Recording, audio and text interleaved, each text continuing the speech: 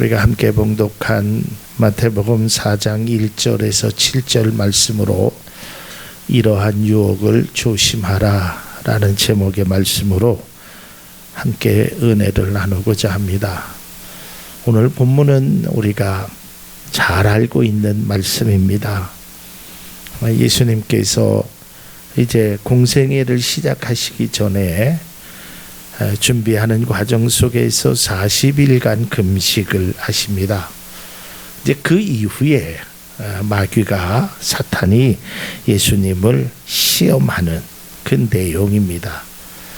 그 마귀의 그 유혹의 내용은 그 첫 번째가 돌들을 떡으로 만들어라. 두 번째가 성전 꼭대기에서 뛰어내려 봐라. 누군가가 너를 붙잡아 줄 것이다. 그리고 오늘 본문의 내용은 아니지만 세 번째는 네가 나에게 엎드려서 절을 하면 내가 이 모든 것을 너에게 주겠다. 이런 세 가지의 시험 유혹을 합니다. 유혹이라는 말의 그 사전적인 의미를 보니까 어떤 것을 꿰어서 정신을 혼미하게 하거나 좋지 아니한 길로 이끔이라고 되어 있습니다. 그러니까 뭔가가 우리가 가끔 그런 표현을 하지 않습니까? 내가 뭐에 홀렸나 봐. 그러니까 특별히 그 어떤 쇼핑을 할 때 그 파는 사람들이 막 유혹을 하잖아요. 이 옷을 입으면, 이 화장품을 쓰면, 이 신발을 신으면 막 그런 유혹에 그냥 정신이 혼미해집니다. 그 뭐 홈쇼핑 같은데 TV에 보면 얼마 되지 않았는데 뭐 마감 임박 막 이러면 저걸 사야 되나 말아야 되나 막 이제 혼미해지. 이것이 바로 유혹이라는 것입니다. 이 대표적인 유혹 중에 하나가 우리가 잘 아는 대로 에덴 동산에서의 유혹입니다. 에덴 동산에서 뱀이 하와를 유혹하지요. 그 유혹의 말씀이 이런 것입니다. 창세기 3장 5절에 보면 그가 이렇게 유혹합니다. 너희가 그것을 먹는 날에는 너희 눈이 밝아져 하나님과 같이 되어 선악을 알 줄 하나님이 아심이라. 이제 유혹하는 겁니다. 절대 그렇지 않다라는 거예요. 그걸 먹으면 죽지 않는다는 겁니다. 그러고 나서 하와가 그 선악을 그 나무 열매를 보니까 참 먹음직도 하고 보암직도 한 거예요. 그러니까 혼미하게 만드는 것입니다. 결국 이 유혹에 하와는 선악과를 먹었고 또 자신뿐만 아니라 자신의 남편에게도 그것을 먹이게 됩니다. 그 결과 그들은 에덴 동산에서 쫓겨나게 됩니다. 이 땅에 사는 그리스도인 뿐만 아니라 모든 사람들이 오늘날 이러한 세상의 유혹에 노출되어 있습니다. 성경에 보니까 이 사탄만 우리를 유혹하는 것이 아니라 세상의 염려와 재물 또한 세속의 물결 뭐 여러 가지 것들이 우리를 유혹하고 있다라는 것입니다. 그러기에 예수님께서 이제 십자가를 지시기 전에 제자들에게 이렇게 말씀하셨습니다. 누가복음 22장 40절 말씀입니다. 그곳에 이르러 그들에게 이르시되 유혹에 빠지지 않게 기도하라 하시고. 그러니까 예수님도 아셨어요. 이제 예수님이 이제 세상을 떠나신 후에 제자들에게 여러 가지 유혹이 있다라는 것을 아셨기 때문에 그것을 위하여 준비하라라고 말씀하고 있었던 것입니다. 예수님께서 사역을 위해 금식 기도한 후에 이제 마귀의 유혹이 있다고 말씀드렸습니다. 근데 저는 이 말씀을 묵상하는 가운데 이 마귀의 유혹이 조금 의아하다라는 생각이 들었습니다. 보통 우리를 유혹하는 것은, 특별히 사단이 우리를 유혹하는 것은 우리를 나쁜 길로 가기를 원하는 거 아니겠습니까? 그렇지 않겠어요? 우리를 뭐 좋게 하려고 유혹하는 게 아니잖아요. 그러니까 어떠한 그 유혹의 대상이 된다라는 것은 유혹하는 사람의 뜻에 따라서 움직여주기를 원하는 것, 그리고 그 사람의 생각대로 내가 저 사람을 어떻게든 내 사람으로 때로는 넘어뜨리든지 쓰러뜨리게 하는 것이 유혹이란 말이죠. 그런데 우리가 이 세 가지의 시험은 잘 알고 있는데 말씀을 묵상하면서 또 여러 가지 생각을 하면서 조금 이상하다, 의아하다라는 생각이 들었습니다. 물론 세 번째 유혹은 그렇다고 치더라도 마귀가 자신에게 절을 하라고 하잖아요. 그거는 그렇다고 치더라도 첫 번째 거와 두 번째 거를 유혹이라 시험이라 하기에는 조금 이상한 면이 있다라는 것이죠. 이런 것입니다. 좀 풀어서 설명을 하면, 자, 오늘 그 첫 번째 유혹이 뭐냐면 돌들로 떡을 만들어라라는 것입니다. 돌들로 떡을 만들어라.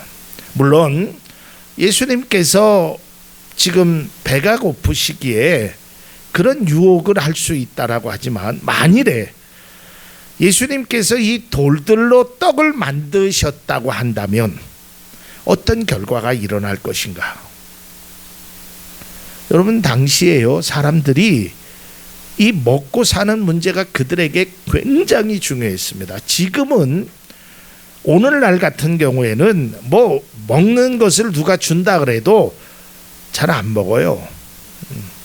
제가 어렸을 때만 해도 지나가다가 어른들이 가끔 빵을 하나씩 주거나 그러면 얼른 받아서 고맙다 그러고 인사했지만, 요즘 아이들에게 빵 같은 거 줘도 안 받습니다. 그러니까 그러나 이때는 먹고 사는 문제가 굉장히 심각할 때야.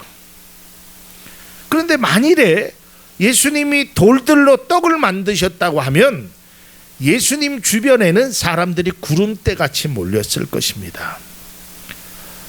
그 증거가 요한복음 8장에 나와 있습니다. 예수님께서 오병이어의 기적을 행하시니까 사람들이요, 그 다음 날 새벽부터 예수님을 찾기에 혈안이 되었습니다. 예수님이 이곳에 없으니까 저 강 건너까지 쫓아가서 예수님을 찾았단 말이에요. 이때 예수님이 이런 말씀을 하시죠. 너희가 나를 찾는 까닭은 먹고 배부른 까닭이다. 근데 여러분, 한번 마귀가 유혹이라는 건 예수님을 넘어뜨리게 하는 건데, 이건 오히려 예수님을 더 유명세로 만드는 겁니다. 아마 돌들로 떡을 만들었다면 당시의 사람들이, 야, 우리의 민생고를 해결시켜 주실 분은 이분이다, 이분이 우리의 메시아다라고 그들이 쫓아다녔을 것입니다. 그리고 두 번째 유혹도 마찬가지입니다. 높은 성전 꼭대기에 올라가서 뛰어내리라는 것입니다. 뛰어내리면 천사가 너를 받들어 줄 것 아니냐. 마태복음 4장 6절을 세 번역으로 좀 한번 읽어보겠습니다. 말하였다. 내가 하나님의 아들이거든 여기서 뛰어내려 보아라. 성경에 기록하기를 하나님이 너를 위하여 자기 천사들에게 명하실 것이다. 그리고 그들이 손으로 너를 떠받들어서 너의 발이 돌에 부딪히지 않게 할 것이다 하였다. 이 말씀은 구약 성경을 인용한 겁니다. 여러분, 좀 특이하지요? 사탄이 구약을 인용합니다. 그것이 바로 시편 91편 11절입니다. 그가 너를 위하여 그의 천사들을 명령하사 내 모든 길에서 너를 지키게 하심이라. 오늘 첫 번째 유혹과 두 번째 유혹에 공통적으로 들어가는 말이 있습니다. 그게 뭐냐면 네가 하나님의 아들이거든. 그걸 증명하라라는 겁니다. 여러분, 이것처럼 좋은 기회가 어디 있습니까?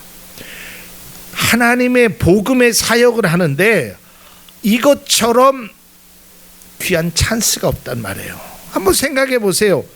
여러분, 사람들 앞에서 내가 돌들로 떡을 만들고요, 사람들 앞에서 저 높은 빌딩에서 꼭대기에서, 성전 꼭대기에서 뛰어내립니다. 그런데 하나님께서 천사를 통해서 탁 받들어 줍니다. 그러면 사람들이 두말할 것도 없이 야, 저분이 하나님의 아들이다, 이렇게 할 거 아니겠어요? 이걸 왜 사단은 뭔가 착각한 것이 아닐까? 아니, 예수님을 골탕 먹이고 예수님 앞에 뭐 세 번째 유혹처럼 네가 나에게 절을 하라, 뭐 이런 것도 아니고, 오히려 예수님을 넘어뜨리고 쓰러뜨리고 곤란하게 만든 것도 아니고, 예수님을 더 유명세로 만들어주겠다는 겁니다. 네가 하나님의 아들이라는 것을 입증시켜 주겠다는 거예요. 얼마나 좋은 기회입니까? 예수님의 사역에 방해가 되는 것이 아니라 도움이 되는 것을 사단이 권하고 있다라는 것입니다. 그러면 사탄은 진정 이러한 사실을 모른 채, 아니 그가 바보라서, 그가 착각을 해서 예수님 앞에 이것을 유혹이라고 내놨을까? 오히려 예수님을 더 하나님의 아들로 입증시키는 그 바보 같은 짓을 왜 사탄은 했을까? 주님을 시험에 들게 하기보다는 오히려 주님을 더욱 높이는 일인데 왜 사탄은 이러한 일을 행하였을까? 이런 생각을 해보니까 사탄이 왜 그랬을까? 이것을 고민하기 시작해 보았습니다. 그런데 여기에 아주 숨겨져 있는 위험한 함정이 있다라는 것을 깨닫게 되었습니다. 사탄의 유혹은 매우 매력적일 수 있습니다. 이렇게 한다고 해서 예수님이 손해볼 거는 아무것도 없습니다. 여러분, 돌로 떡을 만드는 일이나 성전 꼭대기에서 내려와서 천사들이 바치는 일은 하나님의 아들이라는 것을 입증하는 일입니다. 이것처럼 좋은 일은 없습니다. 그런데 왜 예수님은 이것을 물리치셨을까? 아니, 반대로 사단은 왜 이거를 시험이라고 예수님 앞에 내놨을까? 돌들로 떡덩이를 만들면 사람들에게 인기를 얻을 수 있고, 성전 꼭대기에서 뛰어내리면 하나님의 아들임을 입증할 수 있는데, 이 모습을 통해서 하나님의 나라가 확증되는 아주 귀한 일들이 일어나는데 왜 사탄은 또 예수님은 이것을 물리치셨을까? 앞서 말했지만 여기에는 아주 위험한 함정이 있다라고 말씀드렸습니다. 이것이 바로 오늘날 많은 그리스도인들이 착각하는 함정 중에 하나입니다. 그것이 뭐냐면 바로 그리스도인들이 추구하는 영광 중에 헛된 영광이 숨겨져 있다라는 것입니다. 사단이 원했던 것은 예수님이 돌들로 떡을 만들고 사람들의 명성을 얻고 많은 사람들이 추종하고 따라다니는 것, 그걸 원했던 것입니다. 왜 그걸 원했을까? 그렇게 하면 예수님은 십자가의 길을 걷지 않을 거라는 생각입니다. 여러분, 이 말씀을 좀 깊이 있게 묵상해 보면 오늘날 우리에게 아주 적용되는 귀한 것이 있습니다. 특별히 예전에 우리가 1970년 60년대 당시에 예수님을 믿었던 사람들은 고난이 이루 말할 수 없었습니다. 어려움이 이루 말할 수 없었습니다. 그럼에도 불구하고 하나님의 말씀대로 살려고 애쓰고 힘썼습니다. 근데 오늘날 그리스도인들의 삶의 모습에는 이제 의식주의 문제로 허덕이는 사람들이 그렇게 많이 없습니다.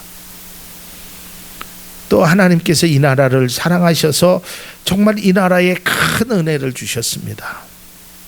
그래서 불과 몇십 년 만에 세계 10대에 안에 들 정도로 강대국으로 경제적으로 사회적으로 많이 발전이 되어 있습니다. 그리고 오늘날에 그러한 일이 일어나는 원동력에는 믿음의 사람들의 기도와 헌신이 분명히 있었습니다. 이제 우리가 어느 정도 기반이 이루어지고 보니까 우리가 헛된 영광을 꿈꾸는 그리스도인들이 많이 존재한다는 것입니다. 여러분, 사단이 원했던 것은요, 다른 것이 아닙니다. 예수님으로부터 십자가의 길, 다시 말해서 인류 구원의 대속물로 드려지는 일을 막고자 했던 것입니다.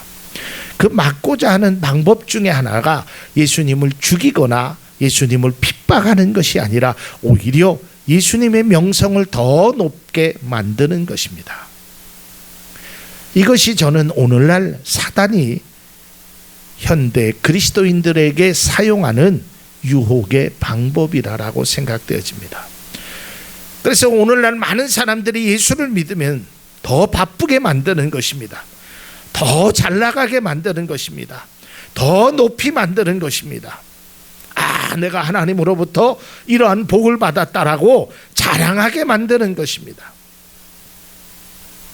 그런데 정작 그들에게서 십자가를 빼앗는 것입니다. 예수님이 말씀하시든 아무든지 누구든지 나를 따라오려거든 자기를 부인하고 십자가를 지라라는 그것을 외면하게 만드는 것입니다. 너 세상에서 잘 살아. 그게 하나님의 뜻이야. 하나님의 영광이야. 물론 제가 누누이 말씀드렸지만 예수 믿는 사람이 잘 사는 것, 그게 나쁜 것은 아닙니다.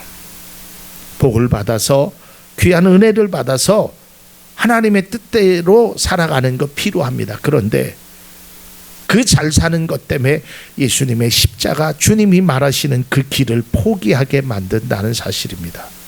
이것이 바로 첫 번째 시험과 두 번째 시험을 한 사단의 전략이라는 것입니다. 오늘날 많은 그리스도인들이 내가 무언가를 이루고 내가 어떠한 존재가 되어서 하나님께 영광을 드린다라고 생각합니다. 물론 그럴 수 있습니다. 내가 국가대표 선수로 열심히 해서 오늘 우리나라가 36년 만에 그 4강의 쾌거를 만들었잖아요. 거기에도 그리스도인들이 있을 것입니다. 그래서 골을 넣으면 기도하는 사람이 있고, 올림픽에서 금메달을 따는 분들도 이 모든 영광을 하나님께 드립니다라고 얘기하는 분들, 각자 음악은 음악, 예술에서 여러 가지 그런 분들이 있습니다. 그런데 그 영광을 추구하다 보면 그 영광만 따라가게 되어 있습니다. 결국 십자가는 잊어버리게 됩니다. 주님이 원하시는 섬김과 나눔의 삶은 언젠가는 그의 삶 속에 보여지지 않고 있다라는 것입니다. 사단의 전략은 십자가의 길을 막는 것이 아니었습니다. 막는 것이 아니라 다른 길로 우리를 가게 하는 것입니다. 그래서 그 십자가의 길을 아예 잊고 살아가게 만드는 것입니다. 너무 풍족하게, 너무 좋게 헛된 영광만 계속 우리가 추구하며 살아간다라는 것입니다. 99섬 가진 사람이 100섬을 채우기 위해서 계속 노력하게 만드는 것입니다. 그 99섬이 결국은 썩게 되고 내가 먹지도 못하는 그 물질임에도 불구하고 우리는 100섬을 만들기 위해서 애쓰게 만드는 것입니다. 그러면서 눈과 귀를 완전히 가리우게 됩니다. 너 하나님 때문에 복 받았잖아. 계속 복 받아라. 그러면서 하나님의 진정한 뜻을 우리가 외면하고 사라진다라는 것입니다. 여러분, 신앙에 우리가 오해가 되는 것 중에 하나가 바로 이런 것입니다. 내가 높아지면 하나님의 영광도 드러날 것이다. 물론 그것이 틀린 말은 아닙니다. 그러나 그것보다는 하나님이 높아짐으로 나의 영광이 드러나는 그것이 신앙의 참된 모습이 되어야 합니다. 오늘날에는 좀 아주 엄밀하게 말하면 신앙의 주체가 내가 돼요. 주인이 내가 되고 예수님은 나를 그냥 보호하는 사람, 나의 보디가드. 어려운 일 있으면 탁 막아주고 힘든 일 있으면 탁 지켜주고. 여러분, 신앙의 주체는 내가 되어서는 안 돼요. 나의 영광이 되어서는 안 돼요. 하나님의 영광이 우선되어야 돼요. 내가 아무리 내 것이 좋고 내 것이 많다고 하여도 내가 그것을 하나님이 가는 길에 방해 요소가 된다면 그것을 과감하게 버릴 수 있는 것이, 그것이 바로 믿음의 모습이고 주님이 원하시는 모습이라는 거예요. 여러분, 사도 바울이 하나님을 잘 믿었던 사람 아니겠습니까? 유대인 중에 유대인 아니었어요? 가말리엘에서 교육을 받았던 훌륭한 사람 아니겠어요? 그 사람이 추구했던 것이 뭐예요? 자기의 영광을 따라간 거예요. 오늘도 몇 건 해야지. 오늘도 예수 믿는 사람 한 5명 잡아가면 내가 유대인들에게 상 받겠지. 혈안이 돼서 예수 믿는 사람 잡아갔던 사람이에요. 자기의 영광, 자기의 스펙, 자신의 존재감을 드러냈던 거예요. 그러나 그가 진정으로 예수 그리스도를 만난 후에 그의 변화는 뭡니까? 자기는 아무것도 아니라는 거예요. 이게 바로 그리스도인들이 걸어야 될 길이라는 겁니다. 예수님은 사단의 그 달콤한 유혹, 네가 하나님의 아들이거든 이렇게 해봐라, 내가 이렇게 하면 사람들에게 명성을 얻을 것이라라는 그 유혹의 위험성을 알고 있었습니다. 그러기에 그 유혹을 과감히 뿌리치셨던 것입니다. 십자가의 사역을 위하여 세상에 오신 그 사역을 그리칠 수 있는 유혹이 있기에 그는 거절했던 것입니다. 왜냐하면 그것은 헛된 영광이기 때문에 그렇습니다. 예수님께서 당시에 나름대로 하나님을 잘 믿는 유대인들에게 3가지 믿음 없음을 말씀하셨습니다. 요한복음에 나오는데 그 중에 하나가 너희들은 세상의 영광을 취한다는 겁니다. 세상의 영광을 취하는 거예요.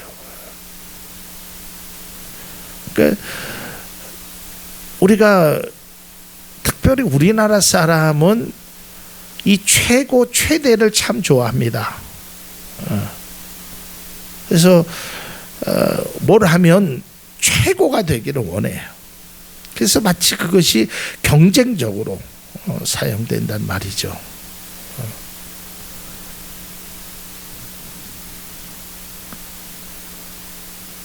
뭐 교회에서 사용하는 악기가 수천만 원, 수억, 뭐 그 악기가 중요한 게 아니잖아요. 그 악기를 다루는 분의 능력이 중요한 게 아니에요. 저는 그렇게 생각합니다. 교회에서는, 하나님의 성전에서는 악기의 뭐 가격, 그 악기를 다루는 사람의 능력, 그보다 더 중요한 것은 그 다루는 사람의 마음이 중요한 것이에요. 그 악기를 통해서 정말 하나님의 영광을 드러내는 데 사용되어야 되는 거지. 야, 악기가 5천만 원짜리래. 야, 소리가 좋다. 역시 좋은 대학 나온 사람이라서 역시 다르구나. 이건 세상의 판단이란 말이에요. 근데 마귀는 자꾸 그런 것을 추구하는 거예요. 마귀는 그런 것을 우리에게 요구하는 거예요. 야, 봐라. 5천만 원짜리 사니까 더 좋잖아. 나중에 1억짜리 사봐. 사도 바울은 갈라디아 교인들에게 이렇게 말합니다. 갈라디아서 5장 24절에서 26절입니다.